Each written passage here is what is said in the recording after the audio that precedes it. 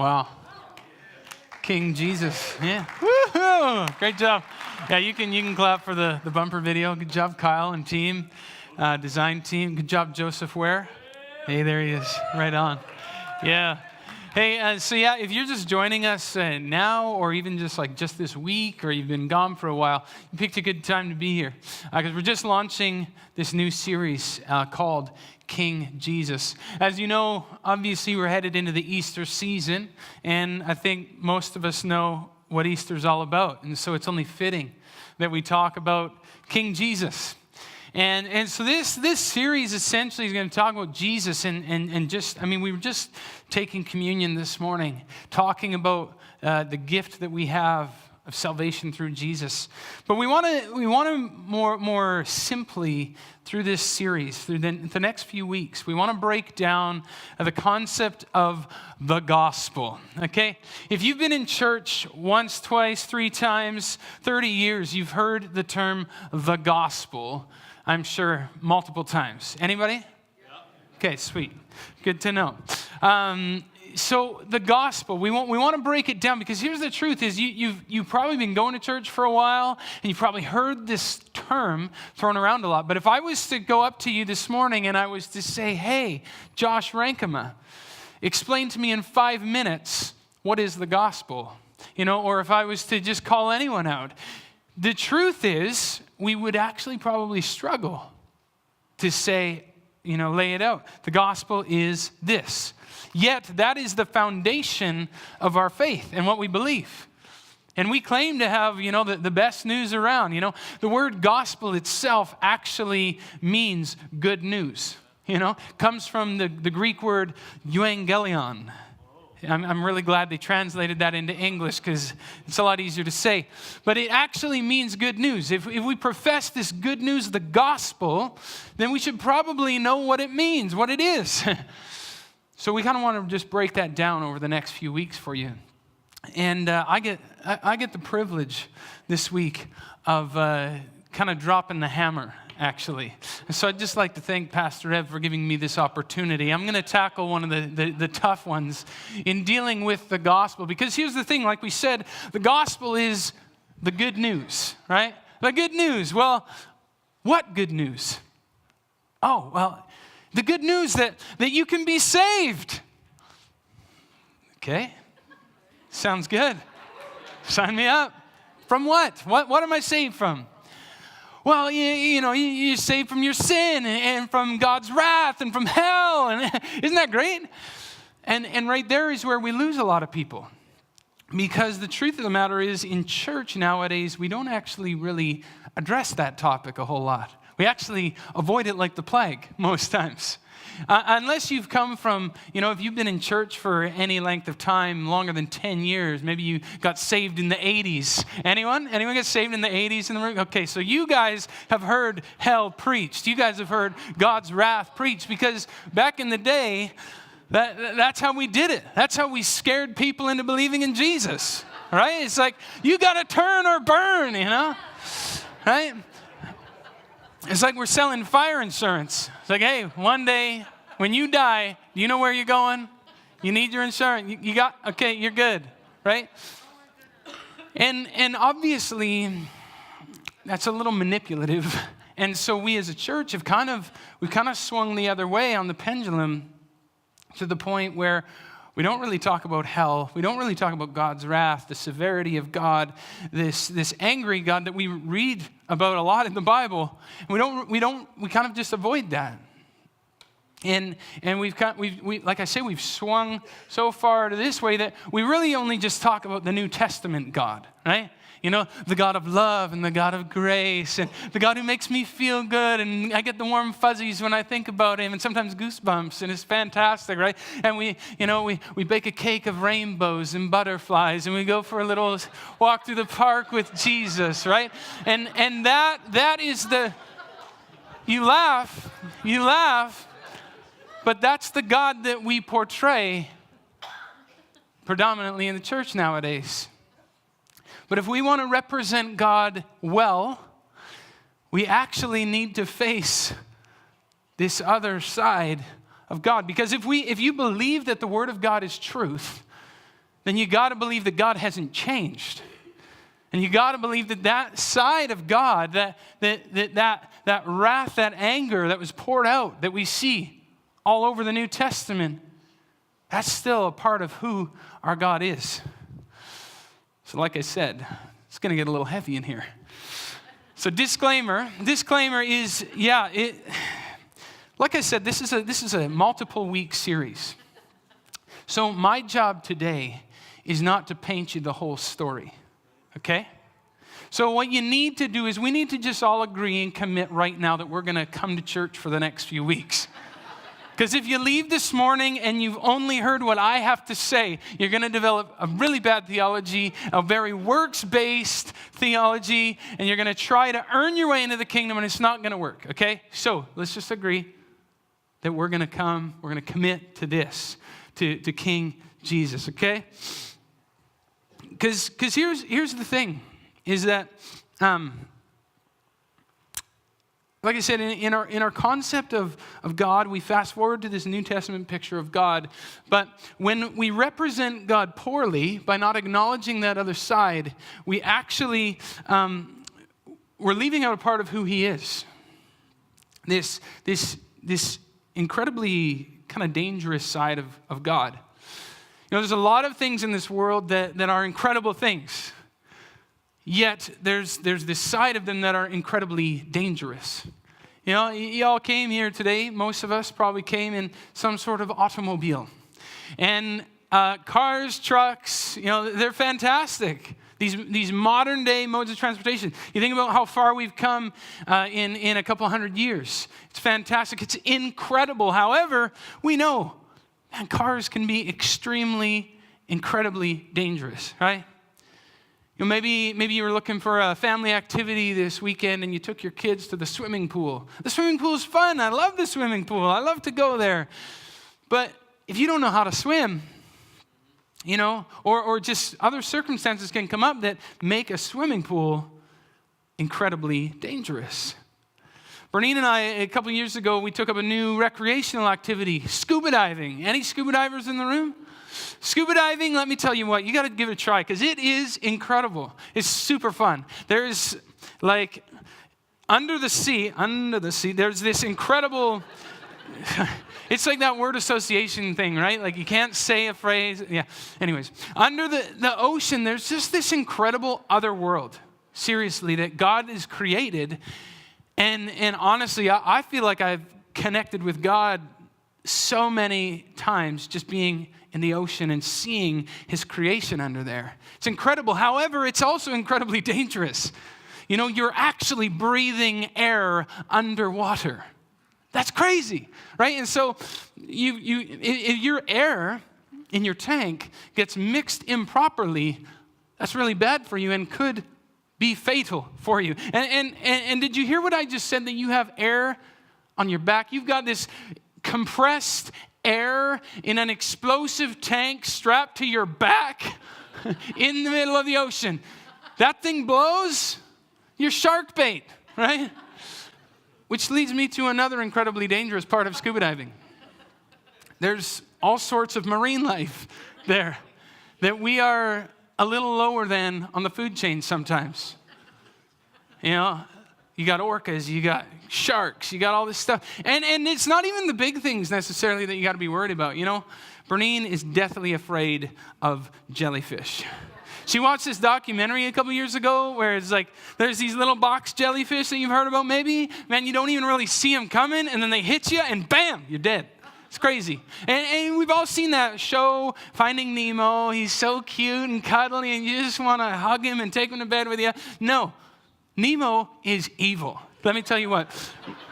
I have seen Nemo, and I have almost been attacked by him. There was this one dive where we were going along, and I see this little clownfish swimming around, his little anemone, just like on the movies. I was like, oh, that's so cute. I'm just gonna lean in. I get real close, and bam, he comes right at me. It was just like, Bernine actually caught it on film because she's just like sitting beside me, and I'm like all over the place in the water. I digress. Scuba diving, while so incredible, it's an incredible thing that technology has allowed us to be able to do, can be incredibly dangerous.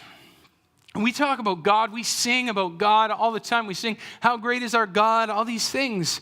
We talk about an incredible, awesome God, but a lot of times we ignore the fact that there's also an incredible danger associated with God as well. And when we fail to acknowledge the severity of God, this actually robs the gospel of its power. Because we need to understand what we've really been saved from. Oh, we've been saved. What have you been saved from, right? And so here is your tweetable for the day. We can't fully realize the power that Jesus' sacrifice showed until we feel the weight of the price that was owed. Okay? Let me say it again real quick. We can't fully realize the power that Jesus' sacrifice showed until we feel the weight of the price that was owed. And so we're going to talk this morning about sin, about God and that side of God that we so often ignore. Because when we do talk about it, a lot of time there are objections that get raised. You know, there's been literature written in the last few years that has strongly come against this thought of God's wrath and God's anger and hell and just even questioning its existence.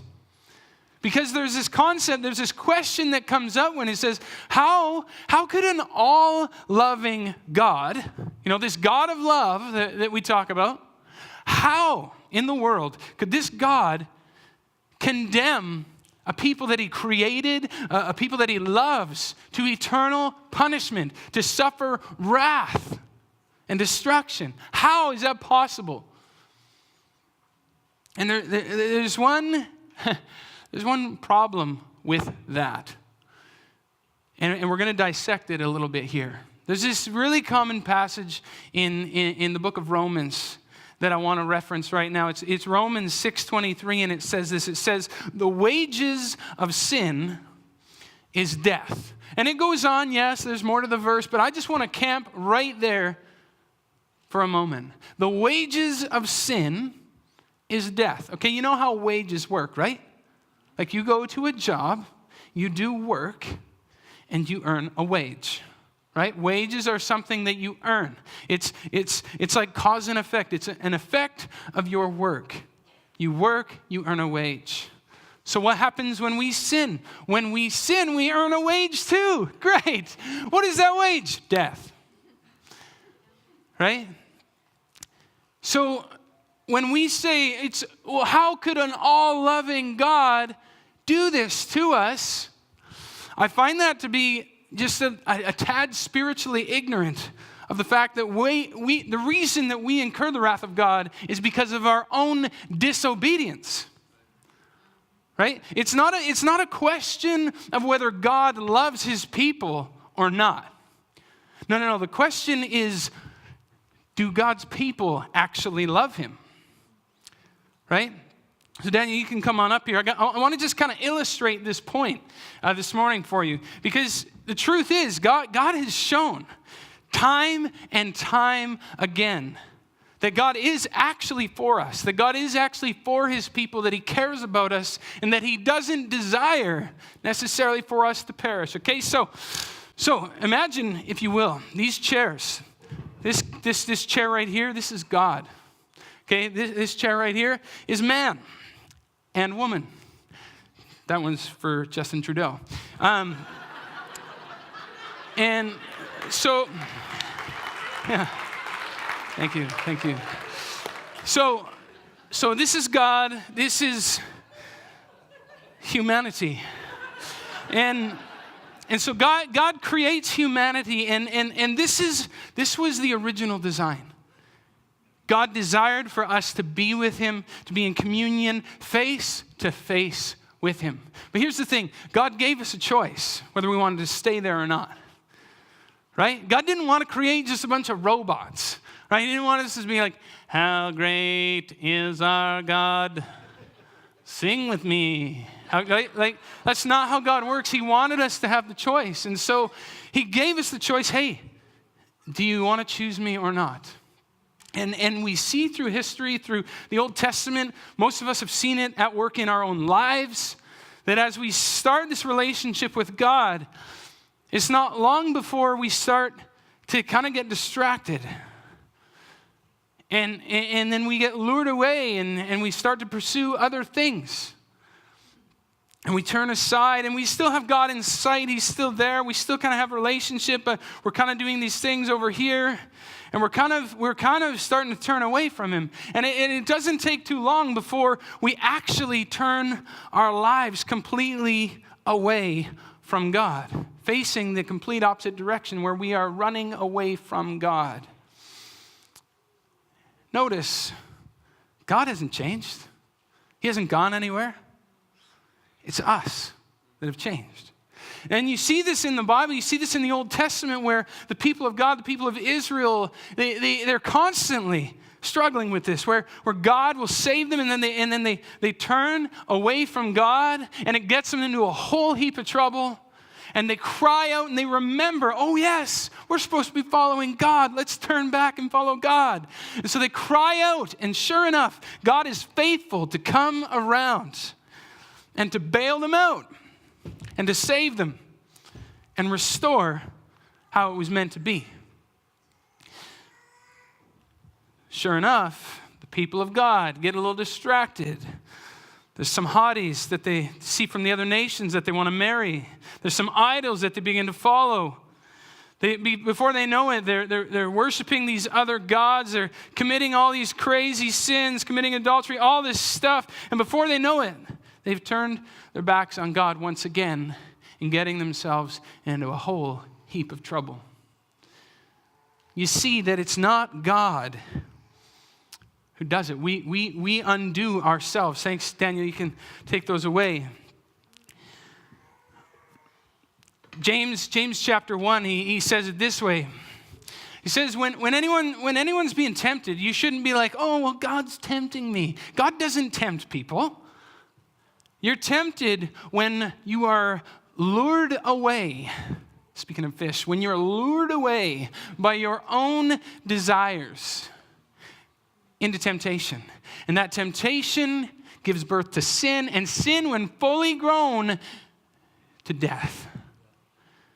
It's not a matter of God loving his people. It's a matter of whether his people are going to choose him or not.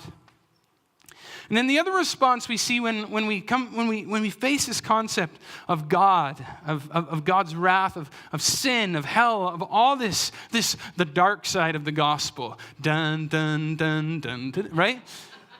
When we face this, there's this other attitude that a lot of us will probably take on, where it says, well, yeah, I mean, like, God's wrath, that's for the really bad people, but I'm not that bad. I'm a pretty good person, you know, like I don't kill people, you know, I don't I don't go and, you know, do all these hard drugs, I don't go out and party super hard, you know, it's not like I'm beating my spouse or cheating on my spouse, it's not like, you know, I'm doing all these terrible things, and we approach our faith.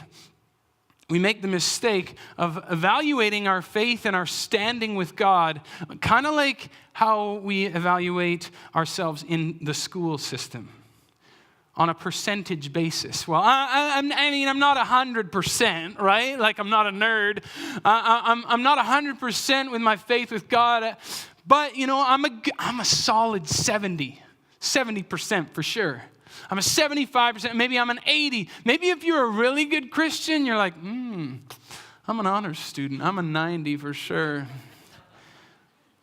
But I have bad news for you. God doesn't work that way in percentages. It's not about how close or whatever. God actually works on a pass-fail system.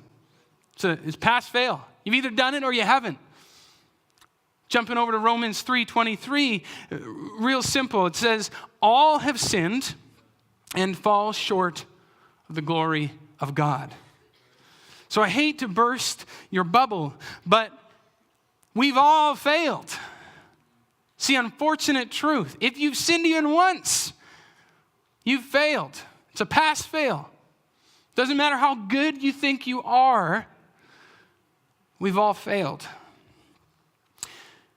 And when we think in percentages, as if somehow we can kind of get close to God through our goodness, I think that we just fail to see God as a glorious God. I feel like when we carry that mentality, our picture of who God is way too small. Because when you look at the God that we see in this book, when you experience the presence of God, you are faced with how small you really are. And if you think somehow by your good works, oh man, if I'm just a good little boy or a good little girl, I can get close to God, there's no way. We've all sinned and we've all fallen short of the glory of God. And we see a couple of stories in Scripture that really lay this out and give us the reality of it. One I want to share with you is in Exodus chapter 33. And to just kind of paint the picture for you, we intersect the story where Israel has just come out of bondage in Egypt. And they've been slaves in Egypt, and God has completely rescued them. Moses is leading them out into the wilderness, and they've kind of gathered around Mount Sinai. And Moses has gone up the mountain to be with God. God's given him the commandments. He's laid out all this law. He's given them the blueprint, so they're going to go and build this place of worship. He's given them the instructions on how they weren't even going to stitch together these priestly garments and all this stuff. And where we intersect the story, God is saying, okay, Moses, I've given you kind of these guidelines of how you guys are going to be my people. Now, it's time to get going into the promised land that I promised your forefathers hundreds of years ago. It's finally time. But I'm not going to go with you.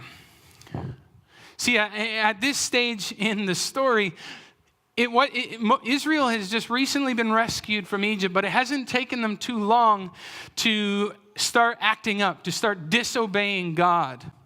And there's been some pretty serious consequences that God's already had to dish out. And so he's saying, Moses, you guys go on ahead. You have your promised land. I'm true to my word, but I'm not going to go with you because I'll probably just kill you on the way because you guys are a really stiff-necked people. That's how the one translation of the Bible says it.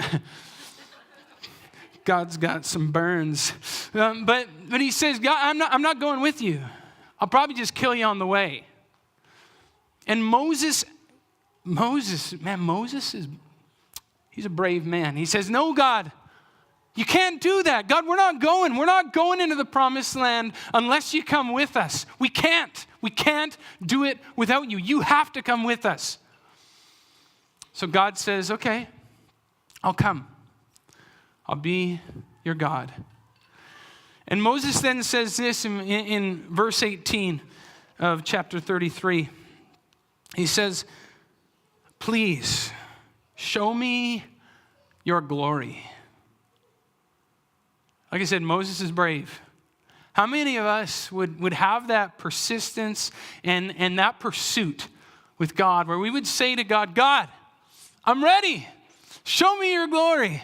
Show me what you got. Moses is asking this, and God says, okay, I'll make all my goodness pass before you, and will proclaim before you my name, the Lord. And I will be gracious to whom I will be gracious, and will show mercy on whom I will show mercy. But, he said, you can't see my face, for man shall not see me and live. That's pretty heavy. Man shall not see me and live. There's two parts to that I want to think about. Is the first one is, okay, man can't even look God in the face and live. Have you ever stopped to think about how serious that is? How serious the presence of God actually is? That's intense, man. That's crazy. Like just a few chapters before this, we actually see as God is giving Moses instructions on how they're going to put together this priestly outfit for the high priest. They actually, God tells Moses, they're going to stitch these little bells on the hem of their garment. Because when that high priest goes into the Holy of Holies, it was this room in their tabernacle where it was believed that the presence of God would dwell, and the high priest would only go in once a year. The only guy that gets to go in there once a year to make sacrifice on behalf of all the people. When he goes in there, he's got these little bells on. He's like, I'm here with bells on. And he goes in. They put these bells on so that they could tell if he was still alive or not. When he goes into the presence of God, there was such a severity about just approaching God that you could be struck dead. That's incredible. There was a healthy fear of God and the greatness, the almighty God that they had back then that I don't think we have today. That we would just presume to be good enough to be like, well, God, I think I've been a pretty good guy, and so I think that, I'm worthy to be in your presence this morning. I'm just going to worship. It's all good. No, God is incredible. And the second point about this is we're talking about Moses here. We're talking about the guy who, like this fearless leader of Israel who's led them out of captivity in Egypt, leading them through the wilderness. He's a pretty strong spiritual kind of guy. And God is saying to him, no. Moses, you want to see my glory, but you can't even handle it. So here's what I'm going to do for you. He goes on and he says, I'm going to just like take you and hide you in this little crack in these rocks, and I'm going to walk past, and you can see me from behind. But you can't handle the whole thing.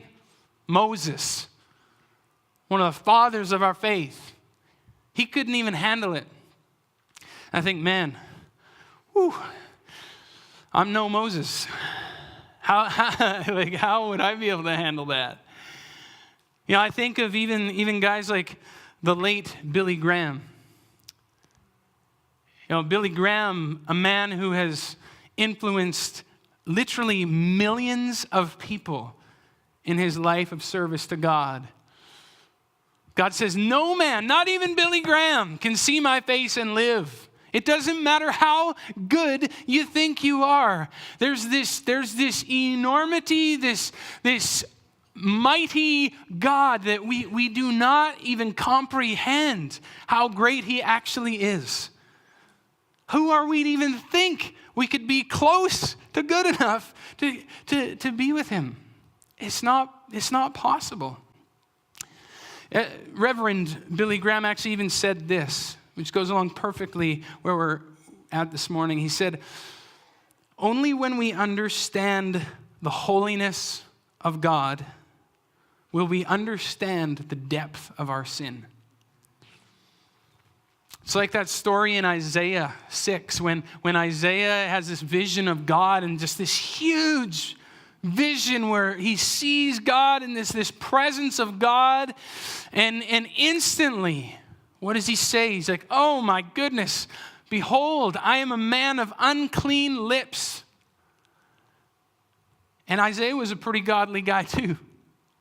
When we face the holiness and God for who he really is, when we encounter who God is, we're faced with how little we really are.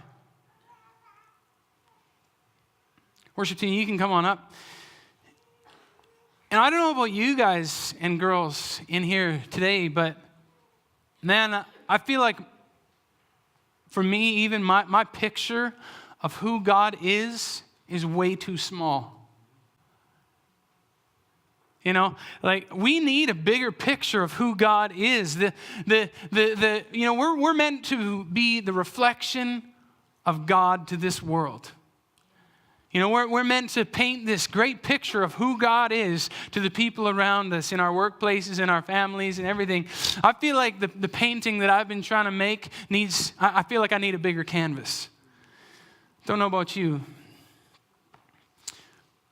And could it be that in our small view of God, we've also taken on a small view of sin and how that actually affects our relationship with God, and how it actually turns us away from God, and it leads us astray from God, to the point where sometimes we have to be broken enough and come to the end of our rope where we finally acknowledge, God, I need you.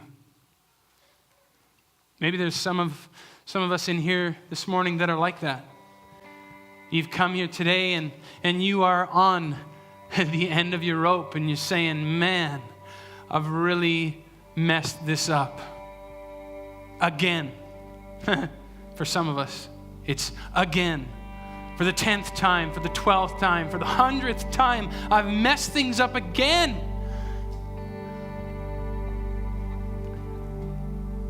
You've come in and when we think about those chairs, you know that's what God's desire is for you, but there's just this tendency in your life that you keep veering off and you keep turning and turning and turning, and there's something in you that wants to turn back, but you need God to come.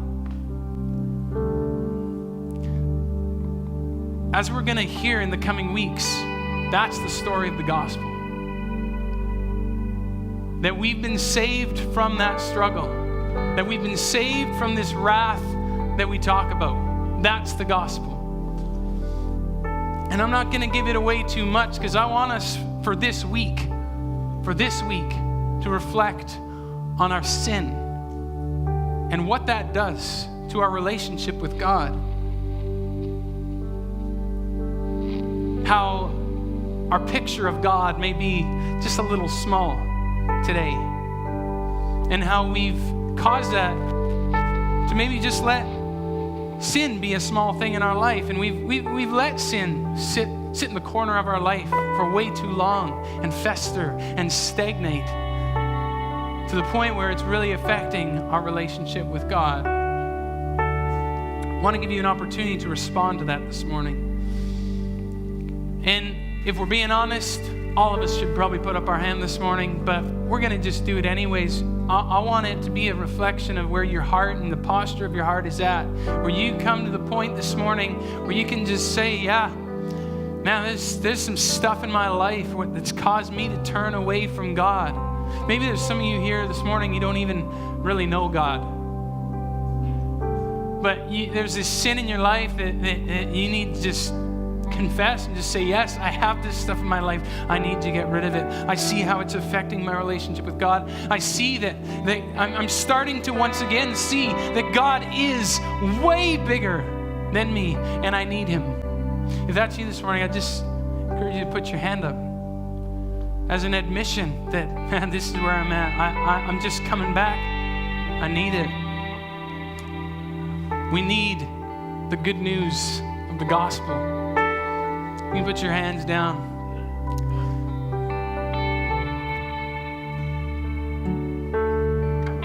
God, I pray.